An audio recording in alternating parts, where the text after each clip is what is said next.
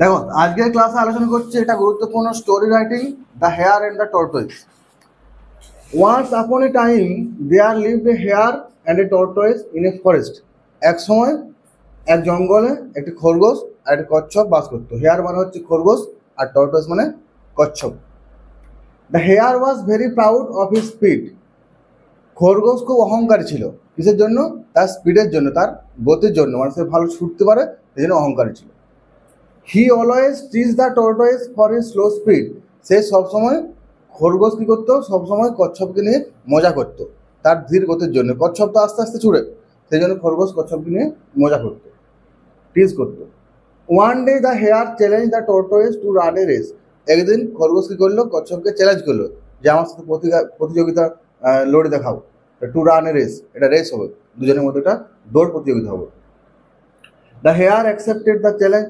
Hair ও কোথায় কম যায়, ও বলছে হ্যাঁ ঠিক আছে আমি চ্যালেঞ্জ গ্রহণ করলাম। One day the race was started in front of every animals in the forest. একদিন কী হলো, প্রতিযোগিতা শুরু হলো জঙ্গলের প্রত্যেকটা প্রাণীর সামনে, মানে আরও অনেক প্রাণী উপস্থিত ছিল, তাদের সামনে প্রতিযোগিতাটা শুরু হলো। ঠিক আছে, they both started from a starting line. একটা স্টার্টিং লাইন করা হয়েছিল, সেই স্টার্টিং লাইন থেকে দুজনেই শুরু করলো। At first the hare really ran very fast. প্রথমে তো খরগোশ সত্যিই খুব দ্রুত ছুটছিল, জোরে ছুটছিল। He saw the tortoise far behind. সে দেখলো যে কচ্ছপ তো অনেক পিছনে পড়ে গেছে। ঠিক আছে, he decided to take rest under a tree. সে ঠিক করলো যে গাছের নিচে একটু বিশ্রাম নিয়ে নিই, ও তো অনেক পেছনে আছে, আসতে তো পারবে না এখন, এটা ঘুমাই এলি, একটু বিশ্রাম নিয়ে নিই। দেন হি ফেল স্লিপ অ্যাট মিডওয়ে। তারপর সে মাঝ রাস্তায় ঘুমাই গেল। ঠিক আছে, কী হলো, মাঝ রাস্তায় ঘুমিয়ে গেল। 5 মিনিট পরে আসবে, বন্ধ করে দাও।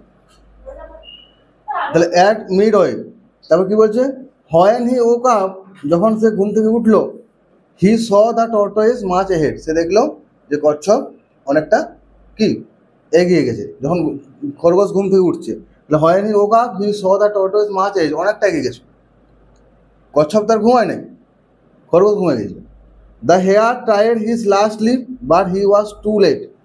এবারে কি হচ্ছে, খরগোশ কী করছে, তার লাস্ট লিভ মানে শেষ ঝাঁপ, শেষ চেষ্টা করলো যে যদি পৌঁছতে পারি, but he was too late, কিন্তু সে অনেক দেরি করে ফেলেছে, পৌঁছানো সম্ভব নয়।